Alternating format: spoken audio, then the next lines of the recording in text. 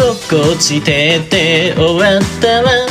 元気がない上優れない影薄すぎて親も泣き天気こずにオールダウン。部屋にこもりたいなって思いました。